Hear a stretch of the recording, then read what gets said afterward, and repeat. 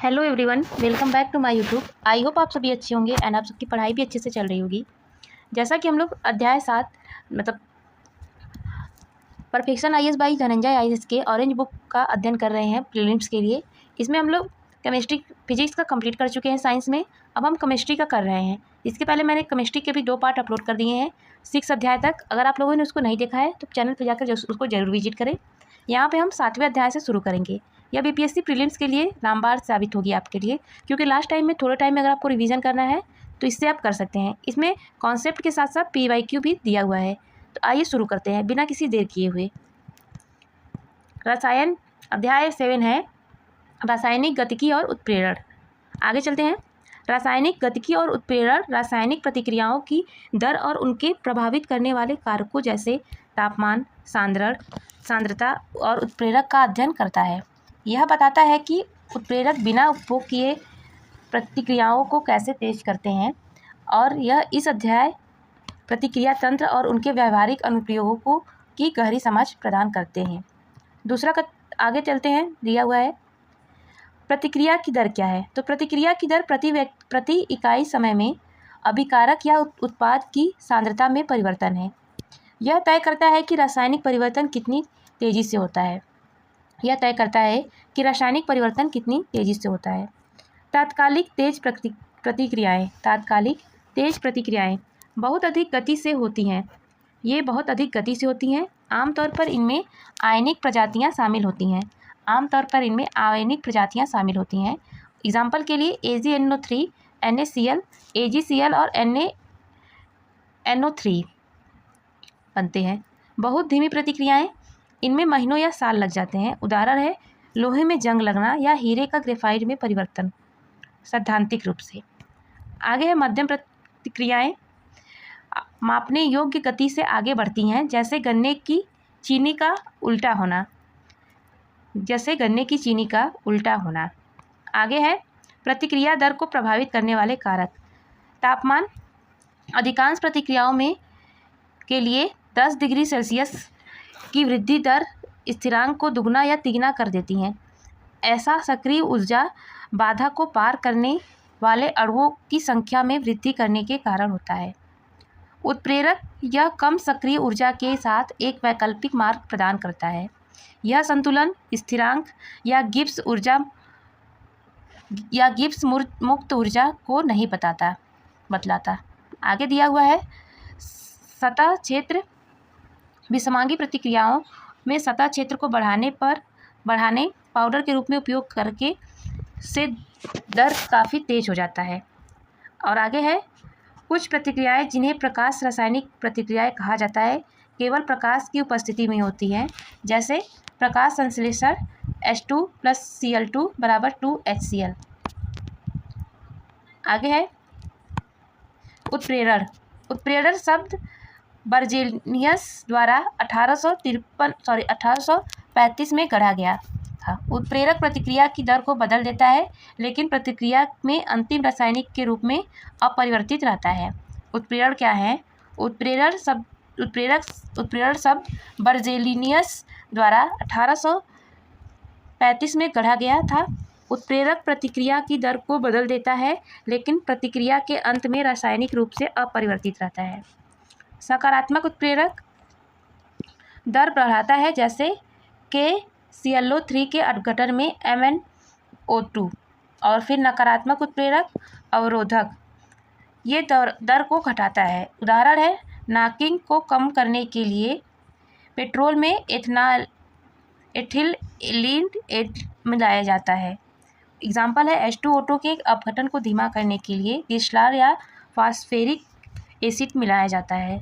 आगे है प्रमोटर उत्प्रेरक की गतिविधि को बढ़ाते हैं, जैसे हैबर की प्रक्रिया में लोहे के मॉलिब्डेनम। और आगे है जहर या पॉइजन उत्प्रेरक गतिविधि को कम या नष्ट कर देते हैं, जैसे विभिन्न औद्योगिक प्रतिक्रियाओं में आर्सेनिक या CO कार्बन मोनोऑक्साइड। नेक्स्ट है औद्योगिक उत्प्रेरक ये अक्सर मिलान प्रकार के प्रश्नों में पूछे जाते हैं, जैसे औद्योगिक प्रक्रिया है अंतिम उत्पाद और उत्प्रेरक। तो हैबर प्रक्रिया में अंतिम उत्पाद अमोनिया बनता है NH3 और प्रयुक्त प्रेरक है बारीक पिसा हुआ लोहा Fe। नेक्स्ट है संपर्क प्रक्रिया, सल्फ्यूरिक एसिड H2SO4 और इसमें उत्प्रेरक है वेनेडियम पेंटॉक्साइड V2O5। आगे दिया हुआ है हाइड्रोजनीकरण, वनस्पति घी। इसमें हाइड्रोजनीकरण में अंतिम उत्पाद वनस्पति घी बनता है और इसमें प्रयुक्त उत्प्रेरक है निकिल। नेक्स्ट है ओस्टवाल्ड की प्रक्रिया, इसमें नाइट्रिक एसिड HNO3 बनता है और प्रयुक्त उत्प्रेरक है प्लेटिनम या गाज। आगे है डीकन की प्रक्रिया। डीकन की प्रक्रिया, इसमें क्लोरीन बनता है और अंतिम उत्पाद क्लोरीन बनता है और इसमें प्रयुक्त उत्प्रेरक CuCl2 है। नेक्स्ट है संश्लेषण गैस, इसमें मिथाइल बनता है और प्रयुक्त उत्प्रेरक जिंक ऑक्साइड है। चलते हैं आगे। एंजाइम जैविक उत्प्रेरक। एंजाइम गोलाकार प्रोटीन होते हैं जो उच्च विशिष्टता के साथ उत्प्रेरक के रूप में कार्य करते हैं, जिन्हें अक्सर ताला और चाबी मॉडल पर समझा जाता है। पेप्सिन प्रोटीन को पेप्सिन पेप्टाइड में बदलता है, पेट के अम्लीय माध्यम में सक्रिय। जाइमेज ग्लूकोज को एथिल एल्कोहल CO2 किण्वन फर्मेंटेशन में बदलता है। डायस्टेज स्टार्च को माल्टोज में बदलता है। इन्वर्टेज गन्ने की चीनी सुक्रोज को ग्लूकोज फ्रक्टोज में बदलता है। यूरिएज यूरिया को अमोनिया और CO2 में परिवर्तित करता है। टाइलिन मुंह में स्टार्च को चीनी में बदलता है। अब देखेंगे हम इम्पॉर्टेंट फैक्ट, महत्वपूर्ण तथ्यों को। तेलों का हाइड्रोजनीकरण उत्प्रेरक के रूप में निकल का उपयोग करके तरल वनस्पति तेलों में असंतृप्त को ठोस घी में बदला जाता है। आगे है एंटी नॉकिंग। इंजनों के समय से पहले दोहन को रोकने के लिए टेट्राएथिल लेड का ऐतिहासिक रूप में एक नकारात्मक उत्प्रेरक के रूप में उपयोग किया जाता है। आगे है उत्प्रेरक कन्वर्टर। कारों में पाया जाता है। जहरीली गैसों CONOx को कम हानिकारक गैसों CO2N2 में बदलने के लिए प्लेटिनम और रोडियम का उपयोग करता है। देखेंगे हैबर प्रक्रिया की शर्तें। उच्च दाब 200 ATM, इष्टतम तापमान 700 केल्विन और आयरन उत्प्रेरक। सक्रिय ऊर्जा किसी अभिकारक अणु को उत्पाद में बदलने के लिए आवश्यक न्यूनतम अतिरिक्त ऊर्जा सक्रिय ऊर्जा कहलाती है। एक उत्प्रेरक हमेशा इसे कम करता है। अब हम देखेंगे PYQ ज्ञान देखेंगे हम। प्रतिक्रिया की दर वह दर है जिस पर अभिकारकों को उत्पादों में परिवर्तित किया जाता है। यह आमतौर पर अभिकारकों की सांद्रता और तापमान के साथ बढ़ता है। थ्रेशोल्ड ऊर्जा और सक्रिय ऊर्जा। रासायनिक प्रतिक्रिया होने के लिए आवश्यक न्यूनतम ऊर्जा उत्प्रेरक सक्रिय ऊर्जा बाधा को कम करके काम करते हैं। आगे है उत्प्रेरक वह पदार्थ है जो बिना उपभोग किए प्रतिक्रिया की दर को बढ़ा देता है।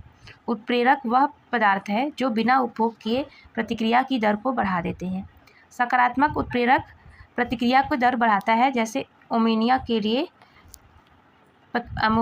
के लिए हैबर की प्रक्रिया में आयरन। आगे है नकारात्मक उत्प्रेरक अवरोधक प्रतिक्रिया की दर को कम करता है, जैसे हाइड्रोजन पेरोक्साइड अपघटन में फास्फोरिक एसिड। आगे है प्रमोटर और जहर।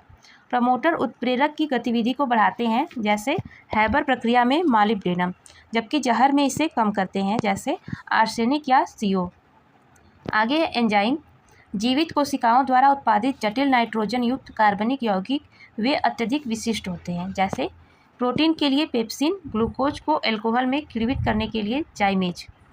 आगे है समांगी बनाम विषमांगी उत्प्रेरण। समांगी तब होता है जब उत्प्रेरण और अभिकारक एक ही चरण में होते हैं। विषमांगी तब होता है जब अलग अलग चरणों में होते हैं, जैसे वनस्पति तेलों के हाइड्रोजनीकरण में ठोस निकल। आगे है प्रतिक्रिया की कोटि। एक प्रायोगिक मान जो दर कानून में सांद्रण शक्तियों के योग को दर्शाता है शून्य प्रथम या द्वितीय कोटि का हो सकता है। प्रकाश रासायनिक प्रतिक्रियाएं वे प्रतिक्रियाएं जो केवल प्रकाश में उपस्थित होती हैं, जैसे प्रकाश संश्लेषण या फोटोग्राफी में सिल्वर हैलाइड प्रतिक्रिया। इस प्रकार हमने चैप्टर नंबर 7 कंप्लीट कर लिया। अब हम बढ़ेंगे आगे चैप्टर नंबर 8 पे। चैप्टर नंबर 8 दिया हुआ है ऊष्म प्रवैगिकी और इलेक्ट्रोकेमिस्ट्री। चैप्टर नंबर 8 क्या है? ऊष्म प्रवैगिकी एवं इलेक्ट्रोकेमिस्ट्री। ऊष्म प्रवैगिकी और इलेक्ट्रोकेमिस्ट्री रासायनिक प्रतिक्रियाओं में ऊर्जा परिवर्तन और रासायनिक विद्युत ऊर्जा के अंत परिवर्तन की पड़ताल करती है। इसमें एंथैल्पी, एंट्रॉपी, गिब्स ऊर्जा और विद्युत रासायनिक सेल जैसी अवधारणाएं शामिल हैं। यह अध्याय रसायन विज्ञान में ऊर्जा प्रवाह और रेडॉक्स प्रक्रियाओं की स्पष्ट समझ बनाता है। आगे चलते हैं। ऊष्म प्रवैगिकी की मूल बातें। थर्मोडायनामिक्स मैक्रोस्कोपिक चर ऊष्मा कार्य एंट्रॉपी का अध्ययन करते हैं जो संतुलन में एक प्रणाली की विशेषता बताते हैं। सिस्टम के प्रकार खुला ओपन पदार्थ और ऊर्जा दोनों का आदान प्रदान करता है, जैसे बिना ढक्कन वाला उबलता हुआ बर्तन। बंद ऊर्जा का आदान प्रदान करता है लेकिन पदार्थ का नहीं, जैसे एक सीलबंद प्रेशर कुकर। आगे है पृथक किसी का भी आदान प्रदान नहीं करता, जैसे थर्मस फ्लास्क। आगे है ऊष्मा प्रवैगिकी के नियम। पहला नियम है ऊर्जा संरक्षण का नियम। पहला नियम ऊर्जा संरक्षण का नियम। डेल्टा यू बराबर Q plus W. Delta U आंतरिक ऊर्जा, क्यू ऊष्मा और डब्लू कार्य है। दूसरा नियम है ब्रह्मांड की एंट्रॉपी। ब्रह्मांड की एंट्रॉपी लगातार बढ़ रही है। तीसरा नियम है पूर्ण शून्य पर एक आदर्श क्रिस्टल की एंट्रॉपी शून्य होती है। तीसरा नियम क्या है? पूर्ण शून्य पर एक आदर्श क्रिस्टल की एंट्रॉपी शून्य होती है। ऊष्मा विनिमय। ऊष्मा क्षेपी ऊर्जा जारी है। डेल्टा एच नकारात्मक है। श्वसन और दहन प्रमुख उदाहरण है। ऊष्मा शोषी ऊर्जा अवशोषण होता है। यह डेल्टा एच सकारात्मक है। प्रकाश संश्लेषण और वाष्पीकरण उत्कृष्ट उदाहरण है। आगे है एंट्रोपी विकार की डिग्री, गैस, तरल और ठोस। एंट्रोपी विकार की डिग्री, ये इसमें गैस सर्वाधिक, फिर तरल, फिर ठोस है। अब देखेंगे इलेक्ट्रोकेमिस्ट्री को। इलेक्ट्रोकेमिस्ट्री सेल और प्रतिक्रियाएं। इलेक्ट्रोकेमिस्ट्री दो प्रकार की प्रतिक्रियाओं में बांटा जाता है। बिजली उत्पन्न करने वाली स्वतः स्फूर्त रासायनिक प्रतिक्रियाएं और गैर स्वतः स्फूर्त प्रतिक्रियाओं को चलाने वाली बिजली। आगे है विद्युत रासायनिक गैल्वेनिक वोल्टाइक सेल। कार्य है रासायनिक ऊर्जा को विद्युत ऊर्जा में परिवर्तित करता है। प्रमुख घटक है एनोड। नकारात्मक इलेक्ट्रोड ऑक्सीकरण को इलेक्ट्रॉन की हानि का स्थल है। एनोड क्या है? नकारात्मक इलेक्ट्रोड है। ऑक्सीकरण इलेक्ट्रॉनों की हानि का स्थल है। कैथोड सकारात्मक इलेक्ट्रोड कमी इलेक्ट्रॉनों का लाभ का स्थल है। साल्ट ब्रिज एक अक्रिय इलेक्ट्रोलाइट केसीएल या KNO3 युक्त उल्टी यू ट्यूब जो विद्युत तटस्थता बनाए रखती है। अवधारणा डेनियल सेल में जिंक और कॉपर कैथोड का उपयोग किया जाता है। आगे है इलेक्ट्रोलाइट सेल्स। इसका कार्य है विद्युत ऊर्जा को रासायनिक ऊर्जा में परिवर्तित करता है। इलेक्ट्रोलाइट सेल्स क्या है? विद्युत ऊर्जा को रासायनिक ऊर्जा में परिवर्तित करता है। प्रमुख प्रक्रिया है इलेक्ट्रोलिसिस, जैसे तांबे का शोधन या पानी का अपघटन। आगे है इलेक्ट्रोफ्लेटिक एक ऐसी प्रक्रिया जहां आधार धातु पर बेहतर धातु की परत चढ़ाई जाती है। जिस वस्तु पर लेप किया जाना है वह हमेशा कैथोड बनाई जाती है। आगे है बैटरी और ईंधन सेल। बैटरी ऊर्जा स्रोत के रूप में प्रयुक्त विद्युत रासायनिक कोशिकाओं की व्यवस्था है। इसमें प्रथम है प्राथमिक सेल। और इसका उदाहरण है डाई सेल मरकरी सेल। फ्रैक्ट चेक है गैर रिचार्जेबल, घड़ियों और ट्रांजिस्टर में उपयोग किया जाता है। आगे है द्वितीयक सेल लेड स्टोरेज।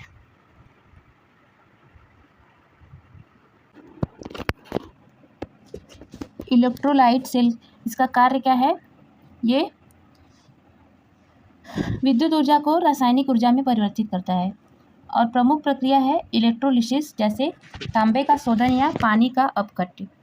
और फ्लोटिंग है एक ऐसी प्रक्रिया जहां एक आधार धातु पर एक बेहतर धातु की परत चढ़ाई जाती है। जिस वस्तु पर लेप किया जाना है वह हमेशा कैथोड बनाई जाती है।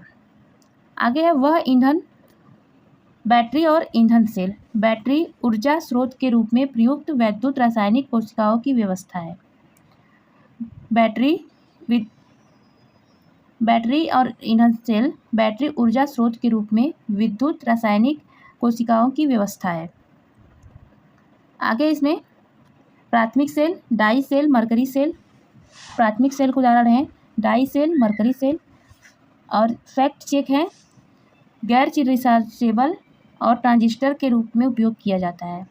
दूसरा है द्वितीयक सेल, ये लेड स्टोरेज ले आयन इसका एग्जाम्पल है। ये रिचार्जेबल है, आयन का उपयोग स्मार्टफोन में किया जाता है। ईंधन सेल H2O2 उच्च दक्षता अपोलो। आगे चलते हैं। लेड स्टोरेज बैटरी बहुत महत्वपूर्ण है। Anode lead, cathode lead oxide और इलेक्ट्रोलाइट सल्फ्यूरिक एसिड का 38% घोल। ड्राई सेल, लोकांचन cell. Anode zinc container, cathode carbon rod MnO2 और कार्बन पाउडर से घिरी हुई। आगे है जंग एक इलेक्ट्रोकेमिकल घटना है। जंग पर्यावरण के साथ प्रतिक्रिया द्वारा धातु की सतहों का धीमा विनाश है। लोहे में जंग लगना ऑक्सीजन और नमी की आवश्यकता होती है और उत्पाद हाइड्रेटेड आयरन ऑक्साइड है, Fe2O3x H2O है। आगे है चांदी का धूमिल होना।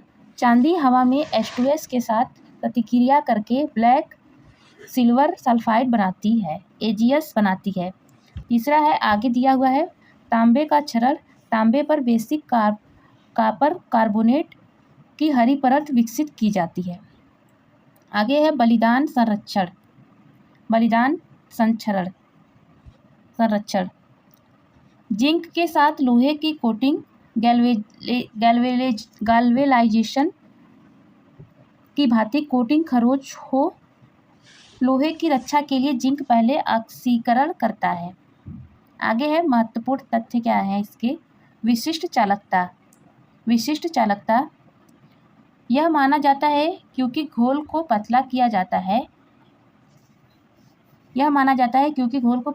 जाता है। घोल प्रति आयतन में आयनों की संख्या कम हो जाती है।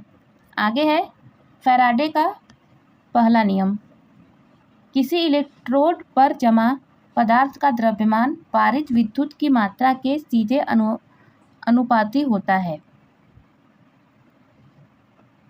M = ZLT। कैथोड संरक्षण भूमिगत पाइपों के लिए उपयोग किया जाता है जहां जंग रोकने के लिए एक अधिक सक्रिय जैसे मैग्नीशियम पाइप से जुड़ा होता है। बैटरी में इलेक्ट्रोलाइट।